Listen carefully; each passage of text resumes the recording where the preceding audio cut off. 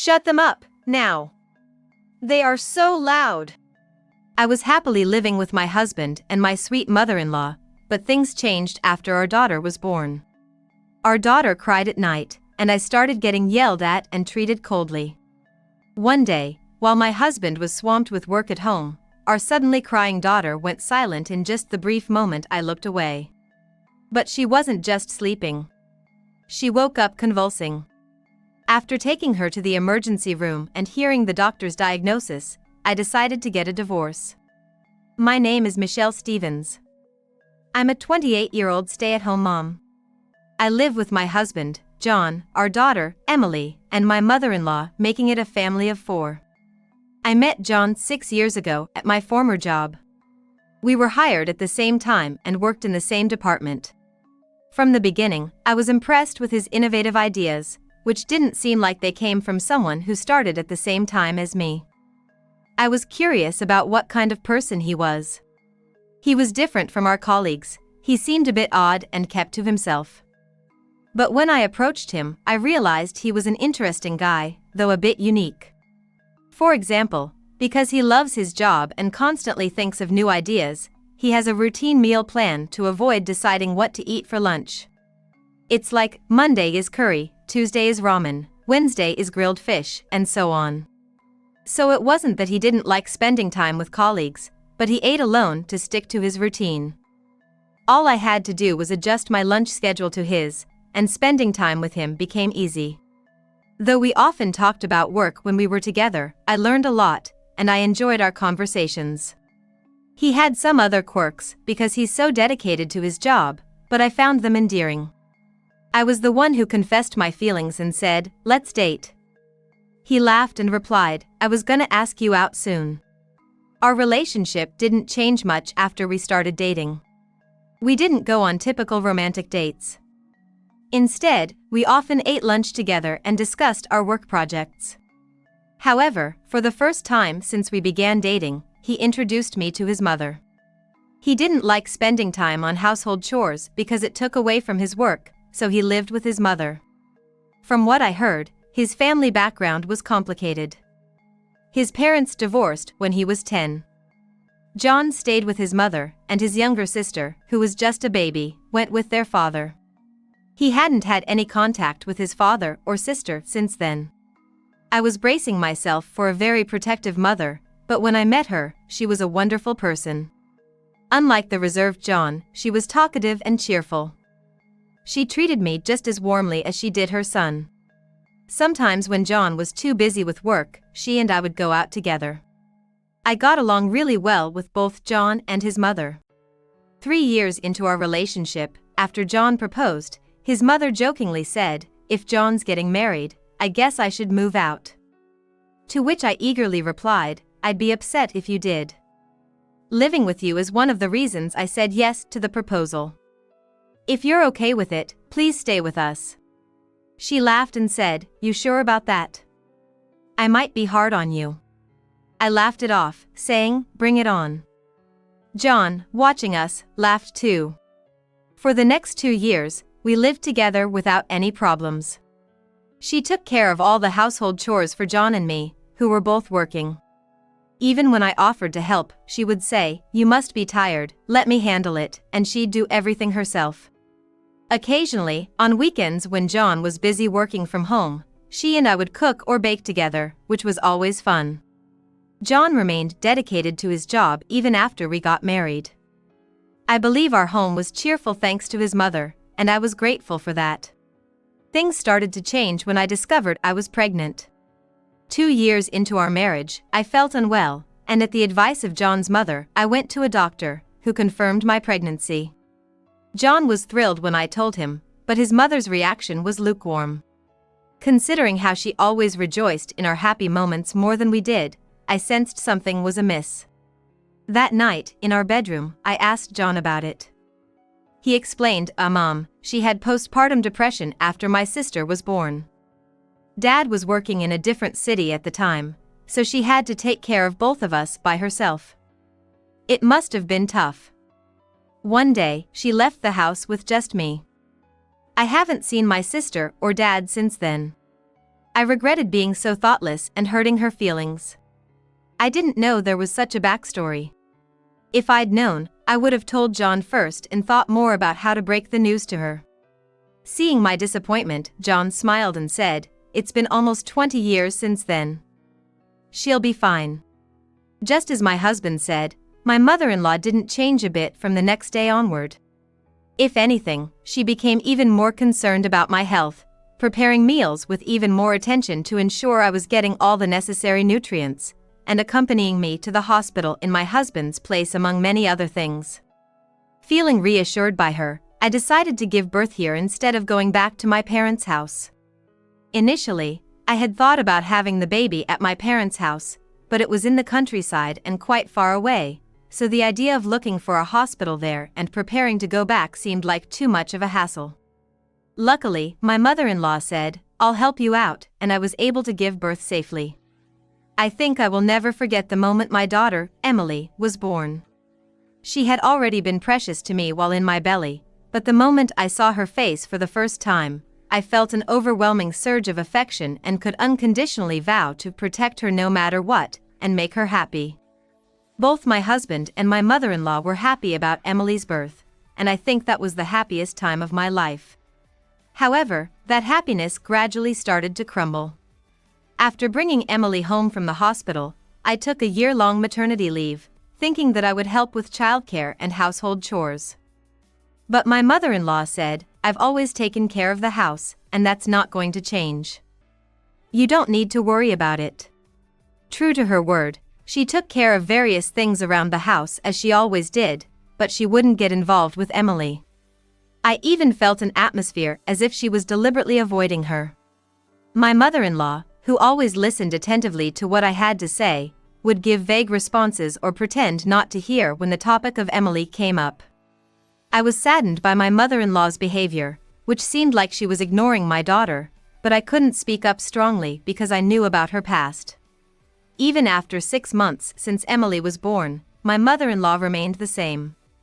By this time, Emily could perfectly distinguish between people's faces, recognizing her father, who didn't have much time to interact with her due to work, and would smile at him.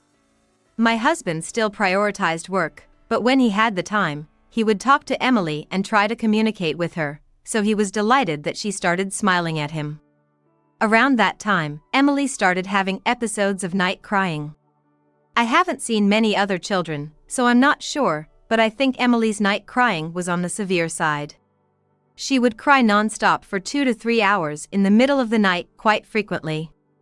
I felt sorry for my husband and my mother-in-law waking up because of it, so I tried to soothe Emily in the living room or the bathroom, as far away from the bedroom as possible. However, since our house was not that big, they could still hear her. The number of times my husband and my mother-in-law mentioned that it was loud last night had increased. Although my husband is one thing, my mother-in-law usually never complained about anything, so I think this was probably the first complaint she ever made to me. I tried my best to soothe Emily, but her night crying didn't stop. Gradually, my husband and my mother-in-law seemed to become more irritable, and their way of speaking became more and more rough, saying things like, "It's so noisy," and "make her stop crying." At the end of that year, there was an important planning meeting at my husband's company. Whether his project idea would be accepted at this meeting would determine if he would be entrusted with a project in the next fiscal year. It was that kind of meeting. Knowing how important this meeting was, I planned to go back to my parents' house for 2 nights and 3 days starting 2 days before the meeting, so that my husband's work wouldn't be disrupted by Emily's night crying.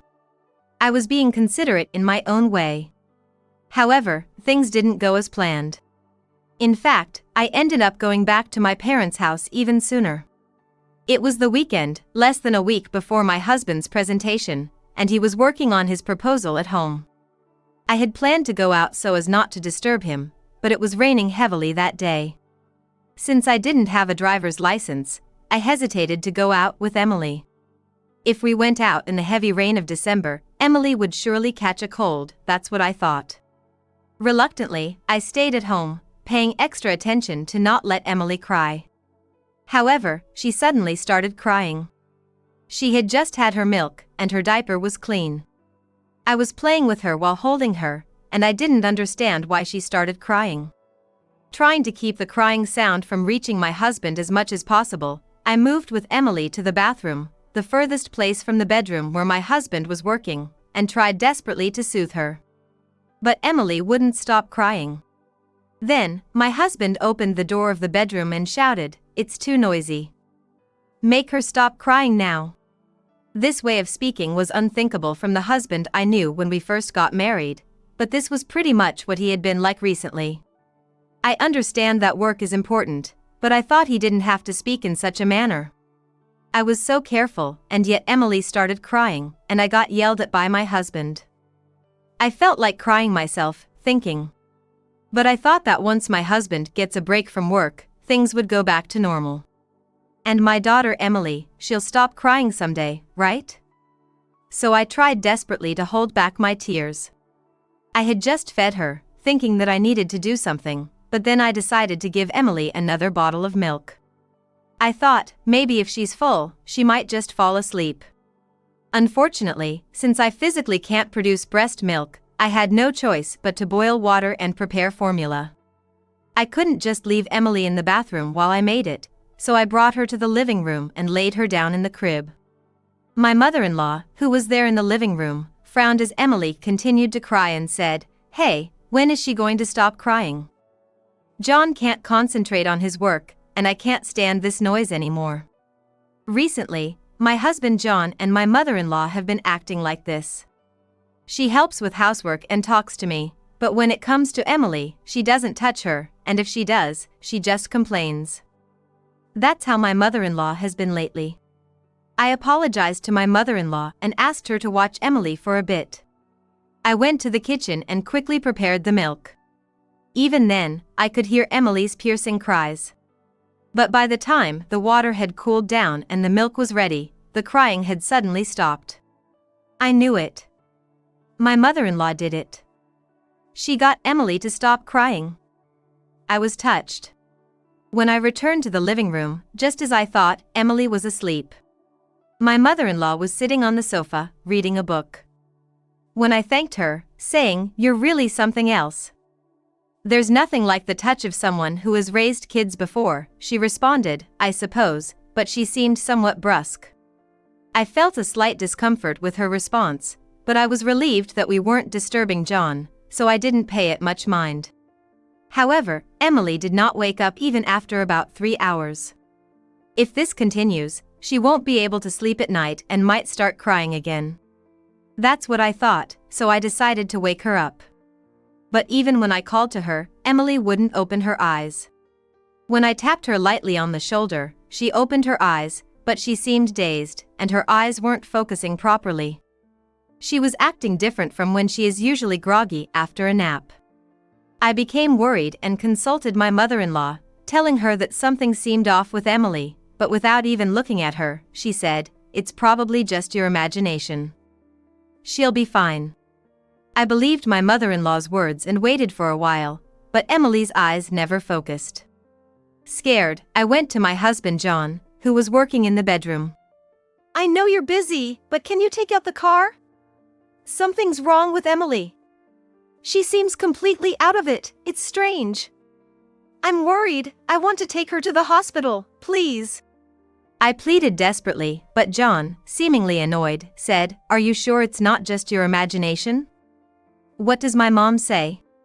"Your mom says she's fine, but she's clearly not okay to me." "If mom says she's fine, then she must be okay. I need to finish this today, don't bother me." "But I'm really worried." When I said this, John raised his voice, "Give me a break. Can't you see I'm working? I thought she finally stopped crying, and now you want to go to the hospital? Don't be ridiculous." I was so stunned by my husband's outburst that I couldn't say anything.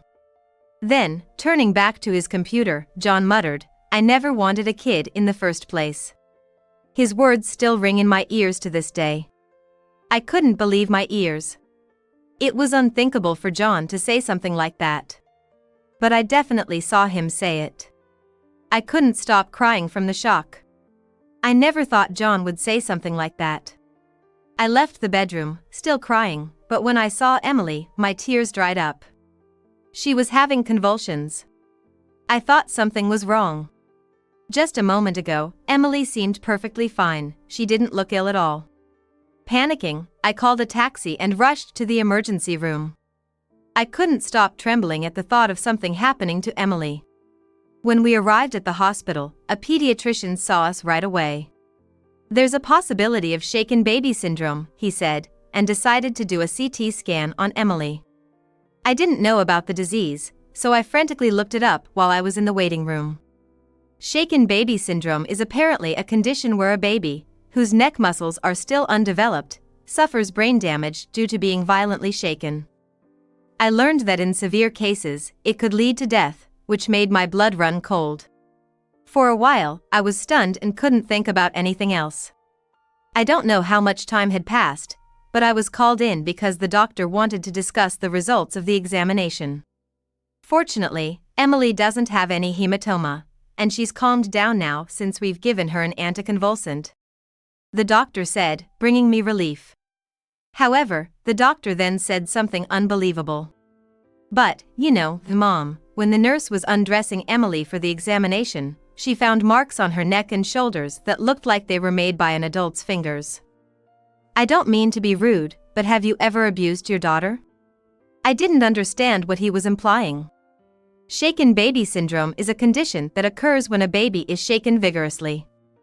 It can happen while trying to comfort them, or during play when they're being tossed in the air, and things unfortunately go wrong. We were thinking that might be the cause, but looking at those marks, it's also possible someone intentionally shook her quite hard. The doctor continued in a matter-of-fact tone. "If you don't remember anything, it could have been another family member. We were able to treat her in time this round, and there was no hematoma, so she's fine. But if the same thing happens again, we can't guarantee Emily will be safe. I think you should have a serious talk with your family." I couldn't get the doctor's words out of my head even after I left the examination room. I have never abused my daughter, and I've never seen any signs of abuse on her. There were no marks on her when I changed her diaper and dressed her earlier today. I could only think that my mother-in-law must have done something while I was making Emily's milk. Emily would need to stay in the hospital for about 3 days just to be safe, so I decided to go home to get the things we needed. "Did you do something to Emily?" I asked my mother-in-law in a trembling voice when I got back home. Then, my mother-in-law responded, "What?" I didn't do anything, in a clearly suspicious manner. Usually, she would ask, "What do you mean? What happened? Did something happen?" But this time, she just denied it without asking anything. "Tell me the truth." As I yelled and confronted her, she finally admitted it. I just grabbed and shook her a little because she was being too noisy. "A little? The doctor said there were severe marks on her neck and shoulders. Because of what you did, Emily was in serious danger." When I said that, my mother-in-law responded nonchalantly, "Danger? But she's fine now, right? So what's the big deal?" "What? How can you say that?" I raised my voice, and at that moment, my husband came out of the bedroom. "Shut up, both of you. Keep it down," he said before slamming the door shut with a loud bang. I had sent him a message earlier, telling him that Emily was having seizures and we were going to the hospital, but he didn't ask about her condition and just complained about the noise. My husband, who did not seem remorseful at all for putting our daughter in danger. And my mother-in-law, who was unapologetic and casual about the whole situation. I had thought we had a good relationship, but it turned out I was wrong. That moment was when I lost all affection for them and gave up on this family. And then I hurriedly grabbed the bags for the hospital stay and my own belongings and left the house. Luckily, I had planned to return to my parents' house, so I had travel luggage ready and I grabbed that. In the taxi heading to the hospital where my daughter Emily was, I made up my mind to get a divorce. Some might think this is an overreaction, but for me, it was a big deal. Of course, I was furious at my mother-in-law's actions, but the main cause was my husband's behavior. I do think my husband's job is tough. The upcoming planning meeting, whether he gets selected or not, would change how fulfilling his work is for the next fiscal year. But that's not the kind of job you continue doing, neglecting the fact that your daughter has to go to the ER and is hospitalized. It's not a life-threatening job, nor is it a job that only he can do. It's about whether he becomes the project leader or the assistant. Yet, I was fed up with my husband, who is the only father Emily has, for not coming to us, let alone asking about her condition. 3 days after the admission, Emily was safely discharged from the hospital. Intending to divorce my husband, I did not return home but went to my parents' house. My husband and mother-in-law were supposed to visit my parents' house from that day, so they probably didn't think anything of it when I didn't show up. They didn't contact me. Back at my parents' house, I told them what had happened. My mom hugged Emily and me, crying, and after my dad angrily slammed his fist on the desk, he said, "You don't have to go back there. Stay here with us. I'll protect you and Emily." I broke down in tears at his words. After that, my parents and I started looking into divorce. With our layman's research, all we could understand was that divorce seemed difficult. My mother-in-law's actions weren't continuous, so it couldn't be considered abuse. If the other party contested the divorce, it seemed like it would be difficult even if it went to mediation. So, I decided to play hardball. On the 3rd day at my parents' house, I received a message from my husband, John, saying, "The presentation went well, so come back home. Let's celebrate its success." Irritated by his carefree attitude, I decided to go back home once to talk about divorce. I didn't want Emily to see John or my mother-in-law ever again, so I asked my mom to keep her at my parents' house. When I got home, John, surprised that I came back alone, finally asked, "Where's Emily? Is she still in the hospital? Is she that sick?" "Emily has been discharged. She's at my parents' house now. Why didn't you bring her back with you?" "I want a divorce." Both John and my mother-in-law were stunned. "What? Emily was safe this time. But what if you had shaken her more violently? If I hadn't noticed and left it be, Emily might not have made it. Thinking about it, I'm scared of you. Anne." I tried to continue pointing out John's issues when he interrupted me. "If you are scared of my mom, we can live separately. So please reconsider the divorce." At his words, my mother-in-law confronted him, saying, "What? You'd choose Emily over me?" Ignoring her, John said to me, "See? Isn't that okay?" I continued what I was saying earlier. "No. I am disappointed in you, John. I can't believe you said, 'I never wanted kids,' and I'm disappointed that you prioritized your job over our daughter's life. Whether we live separately from your mom or not, I can only think of divorce." When I said that, John grabbed my hand. "No way! I was out of my mind back then because of work. I love you and Emily. I apologize, so please don't talk about divorce. I think words and actions under pressure reveal true feelings, so I can't trust you anymore. I won't divorce you even if it comes to mediation." His words made my heart race. This would be bad for me if it went to mediation. It would be difficult to accuse his mother of abuse and use it as a reason for divorce, as I had researched at my parents' house. So, I decided to tell them a lie that I had thought of at that moment. "I don't mind if it goes to mediation. But if it does, your mother might get arrested for abuse. Just be prepared for that." "What do you mean by abuse?" His mother, who approached me with a frightening face, had no resemblance to the mother-in-law I used to like. I was suspected of abuse at the hospital. I told them I didn't do it, and I got a medical certificate. The marks on Emily's neck are also photographed. If I can prove that these hands belong to your mother, the abuse will be proven. If John insists on going through divorce mediation, I will submit the medical certificate and photos. In reality, this method had almost no effect. Even if it could be proven, it might not be considered abuse if they realized it was just a one-time incident. However, they seemed to believe it. "That would be a problem. Please think it over again. I have no intention of reconsidering. Besides, if you're going to file for mediation, I will comply, but I will make sure the dates are on weekdays. Can you prioritize us over your important work? John flinched when I said this. His mother was constantly begging him, "Hey, John. Please divorce her. I'm gonna get caught." For a while, John was silent, deep in thought. I added, "I will use any means necessary to divorce you. Even if it goes to mediation, even if your mother gets arrested, and even if you have to take time off work, it won't change the fact that we are getting divorced. If that's fine with you, go ahead." After thinking for a while longer, John reluctantly agreed to the divorce.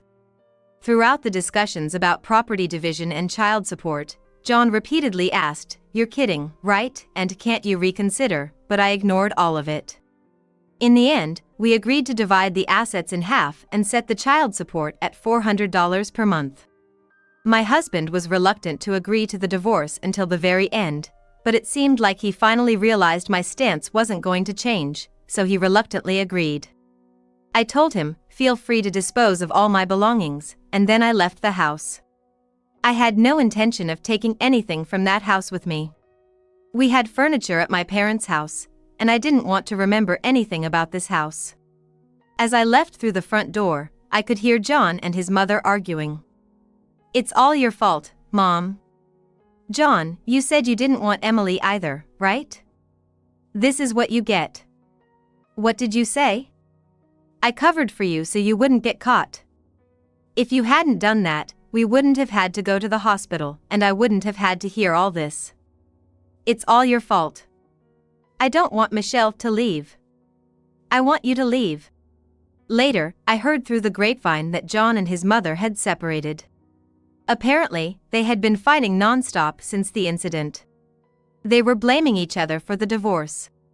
Since the apartment was in John's name, his mother was kicked out and is now working in a cleaning job, being bossed around by people more than 20 years her junior. It's been a year since then, and Emily is growing up safely without any lingering effects. She's starting to learn words, calling me Mom and even saying Grandpa and Grandma. She's getting better at many things every day. My mother is looking after her, allowing me to rejoin the workforce at a local company.